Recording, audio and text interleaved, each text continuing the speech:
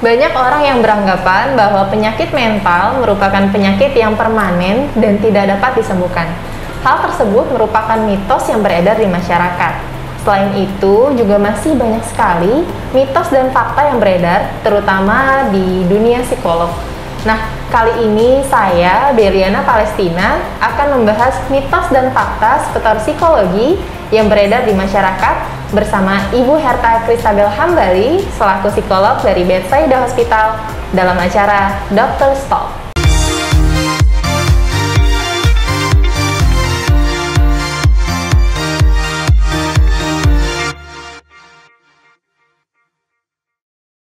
Oke, Ibu Herta, apa kabar? Baik. Hari ini kelihatannya seger banget nih ya Bu ya. Kita udah siap bahas untuk materi hari ini, yaitu seputar mitos dan fakta soal psikologi.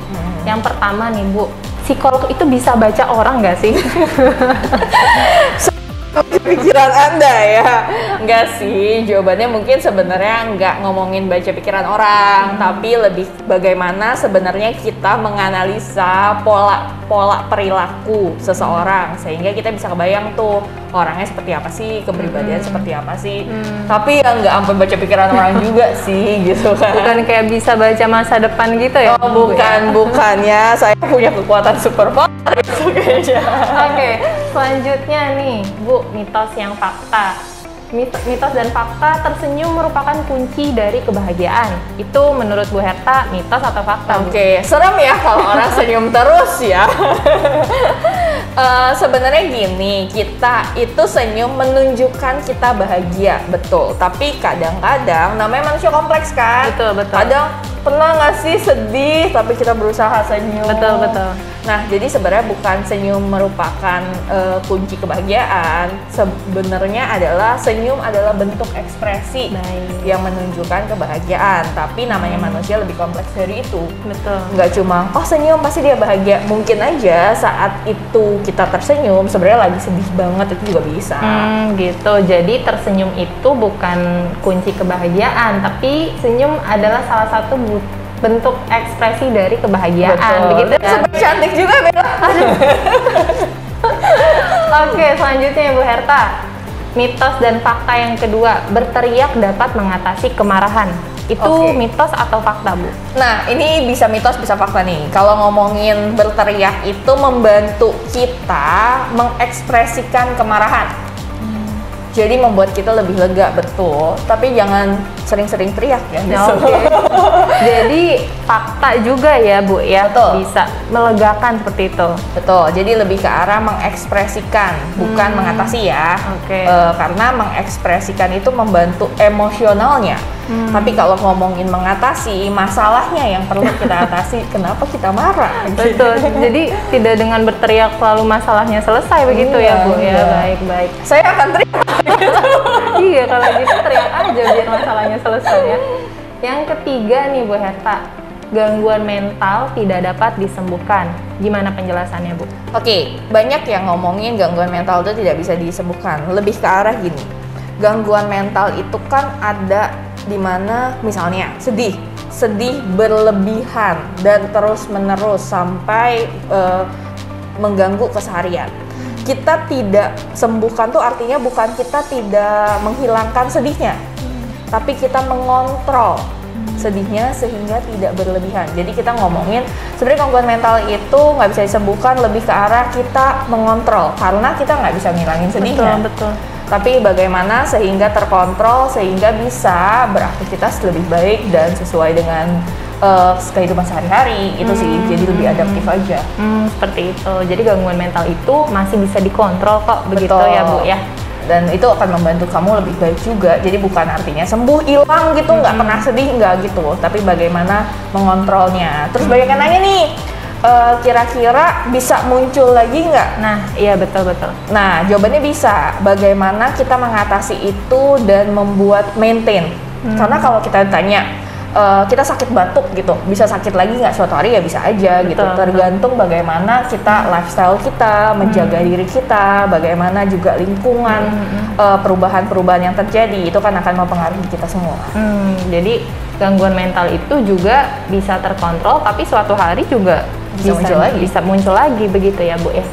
Nah, pembahasan selanjutnya, mitos dan fakta soal gangguan mental menyebabkan seseorang bertindak kriminal. Banyak nih ya Dok. Betul. Ya pembahasannya, mungkin kita suka lihat di sosial media atau apa. Oh, dia mungkin gangguan mental. Nah, gimana nih Dok? Gimana nih Bu penjelasannya? Dokter lagi. Iya, berasa dokter ya. Berasa dokter soalnya. Nah, tapi yang mau tahu bedanya dokter sama psikolog, ada di mana kita? Tadi pembahasan yang sebelumnya mengenai apa itu psikolog. Iya, bisa taruh link di atas. Nah, balik nih, apakah gangguan mental menyebabkan seseorang bertindak kriminal? Jawabannya bisa. Gini, bisa tuh maksudnya apa? Gangguan mental bisa menyebabkan orang bertindak kriminal. Tapi bukan artinya semua tindakan kriminal karena gangguan mental. Oke, kita ulangin ya. Jadi bisa saja orang dengan gangguan mental itu melakukan tindakan kriminal. Misalnya apa sih, kalau kita tahu biasa dibilang psikopat, antisosial. Iya, betul. Itu bisa pedofilia misalnya. Itu bisa saja melakukan tindakan kriminal karena melanggar hukum. Tapi apakah artinya semua orang yang melakukan tindakan kriminal gangguan mental? Ya enggak, perlu di assessment lagi. Tapi bukan artinya membenarkan, dalam artian ya memang dia begitu ya nggak apa-apa lah, karena dia gangguan mental, ya jangan loh. Itu jangan diwajarkan juga begitu ya Bu ya. Dan tidak dibenarkan dan tidak diwajarkan. Itu tetap salah, itu tetap perilaku kriminal yang harus ditindak secara hukum. Terus gangguan mental gimana? Gangguan mentalnya tetap perlu ke psikolog ataupun ke psikiater dan tenaga kesehatan lainnya, sehingga gangguan mentalnya itu akan lebih bisa terkontrol ataupun lebih baik aja. Jawabannya itu sih. Tapi tindakan kriminalnya itu tidak dibenarkan. Oke, jadi untuk teman-teman di luar sana mungkin yang merasa kayaknya lagi mengalami gangguan mental, itu tidak ada salahnya untuk datang ke psikolog ya Bu ya. Betul. Untuk menghindari hal seperti ini. Betul. Seperti itu. Justru karena kelihatan kok dari awal gitu ya, bagaimana sebenarnya kan orang itu punya riwayat. Betul. Bagaimana seseorang itu biasanya kalau gangguan mental tidak langsung melakukan tindakan kriminal yang ekstrim. Tapi dari sebelum-sebelumnya udah kelihatan tuh pelanggaran-pelanggaran peraturan. Dari hal-hal kecil begitu. Betul. Ya Bu ya. Jadi pelanggaran-pelanggaran aturan, terus konsisten untuk misalnya melakukan kekerasan, itu kan udah kelihatan. Jadi itu lebih baik dicegah, jangan sampai lebih buruk dulu, tapi dicegah ke psikolog dan ke psikiater untuk membantu penanganan lebih baik itu seperti apa ke depannya. Betul. Jadi kesimpulannya gangguan mental bisa menyebabkan tindakan kriminal. Bisa, tapi tidak semua orang yang melakukan tindakan kriminal itu adalah orang-orang yang mengalami gangguan mental. Betul. Seperti itu ya Bu ya. Dan tidak membenarkan. Nah, dan tidak dibenarkan dan tidak diwajarkan juga begitu. Betul. Ya Bu. Nah, selanjutnya mitos dan fakta soal kita tidak dapat mencegah gangguan mental. Betul nggak Bu kayak gitu? Oke, sekarang gini, kita semua pastinya tidak mau ada gangguan mental ataupun penyakit apapun. Betul. Gimana sih cara protect diri kita? Mulai aja dari bagaimana kamu mengelola stres. Terus sering-sering lah cari sumber, baca buku, bagaimana kamu membantu diri kamu buat lebih baik. Terus follow aja gitu akun-akun yang memberikan edukasi secara positif. Jadi kamu tahu sebenarnya bagaimana mengelola stres ataupun bagaimana memandang suatu masalah. Betul. Jadi itu kan membantu pola pikir kamu lebih baik. Itu akan mencegah kok. Terus apalagi penting banget nih punya teman positif gitu ya. Nah, itu dia. Penting punya teman dan circle pertemanan yang positif. Betul. Ya Bu ya. Kayak kamu merasa relate sekali.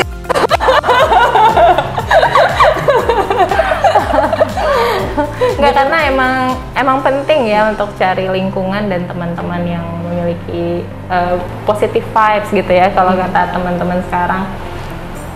Jadi emang aku tuh setuju sih Bu untuk hal ini, karena yang tadi Bu Herta bilang mungkin kita baca dari soal-soal psikologi hal-hal kecil aja, misalkan di sosial media kan sekarang udah banyak tuh Bu, kayak akun stress relieving atau misalkan personality, ya kita bisa belajar dari situ sebenarnya, nggak susah ya untuk belajar dari hal kecil supaya mencegah gangguan mental itu terjadi, seperti itu teman-teman. Nah, Ke mitos fakta selanjutnya nih, gangguan mental itu benar nggak sih Bu tanda pengidapnya lemah? Oke, jawabannya tidak benar. Kenapa? Karena kita mesti ngelihat gini, kita nggak pernah ada di posisi orang itu. Kita nggak pernah tahu riwayat hidupnya, bagaimana dia dibesarkan keluarga, bagaimana pengalaman hidupnya di sekolah. Jadi kita nggak bisa ngejudge nih orang lemah, nggak bisa gitu. Karena itu akan sangat berpengaruh bagaimana seseorang itu memandang suatu masalah. Apakah karena lingkungan semuanya salah? Enggak. Tapi lingkungan menjadi salah satu faktor. Tapi faktor dari diri sendiri pun penting. Betul. Kenapa? Bagaimana dia memandang suatu masalah, bagaimana emosinya diekspresikan, bagaimana akhirnya seseorang punya kepribadian tertentu, itu kan akan memperkuat lah ya, memperkuat betul. ataupun melihat suatu masalah itu sebagai solusinya tuh apa. Betul. Itu akan jadi patokan sih. Jadi sebenarnya bukan karena lemah. Kita tuh nggak bisa nilai orang, dia lemah gitu ya karena kurang ini, atau misalkan dia kurang beriman makanya bla bla bla, atau dia kurang lebay aja gitu kan makanya orangnya jadi kayak gitu. Menurut saya nggak tepat sih, karena kita tuh nggak pernah benar-benar berada di posisi dia. Betul. Jadi lebih baik tidak menjudge, lebih baik tidak menilai, tapi justru tanyakan diri kita, bisa nggak sih bantuin sebagai positive vibes tadi ya kan? Iya, jadi sebenarnya gangguan mental ini tidak berarti bahwa pengidapnya itu orang yang lemah ya Bu ya. Justru yang seperti ini hindari untuk judging ya. Betul, dan perlu kita bantu mungkin. Betul, malah perlu kita bantu, kita rangkul seperti itu, karena kita tidak tahu apa yang mereka alami sebenarnya, seperti itu teman-teman. Nah, pertanyaan selanjutnya, Bu, anak kecil tidak bisa mengalami gangguan mental, itu benar atau enggak? Oke, itu tidak benar, karena gangguan mental itu bisa terjadi pada setiap usia, setiap rentang usia, anak kecil, orang dewasa, bahkan lebih yang orang lebih senior ataupun lebih tua, itu kan akan bisa banget. Dalam artian kenapa sih anak kecil itu kan punya banyak masalah. Nah, ya. Masalahnya itu yang mungkin orang dewasa menganggap itu kecil, tapi kan kita nggak pernah tahu buat dia. Itu perlu, jadi kita perlu melihat dari sudut pandang lain. Terus apalagi gangguan mental itu kan ngomongin sampai gangguan perkembangan. Ya. Misalnya telat bicara, perkembangan yang terlambat, Betul. autism, ADHD, itu kan bisa terjadi pada usia perkembangan usia kecil. Betul. Karena kita ngomongin ada faktor genetik juga. Jadi kalau kita ngomongin gangguan mental, termasuk di dalamnya ada gangguan perkembangan yang itu bisa terjadi di anak-anak. Tapi kayak tadi, gangguan mentalnya bisa terjadi, bisa. Karena kita kan nggak pernah ngebayangin ya sebagai anak kecil sekarang banyak banget terjadi mungkin kekerasan. Banyak banget terjadi mungkin salah satunya faktor keluarga, misalnya perceraian. Itu kan akan sangat berbeda saat dialami anak kecil dengan orang dewasa. Betul. Jadi jawabannya salah, mitos gitu, karena sebenarnya itu bisa terjadi di setiap usia. Oke, jadi anak kecil itu bisa juga kena gangguan mental ya Bu ya. Oke, nah demikian tadi ngobrol seru kita tentang mitos dan fakta dalam dunia psikologi bareng Ibu Herta Kristabella Hambali selaku psikolog dari Bethsaida Hospital. Untuk kalian yang punya pertanyaan seputar dunia psikologi dan kesehatan, bisa tuliskan pertanyaan, saran, dan masukannya melalui kolom komentar ya. Jangan lupa like dan subscribe juga YouTube channel Bethsaida Hospital. Salam sehat, Bethsaida bersamamu.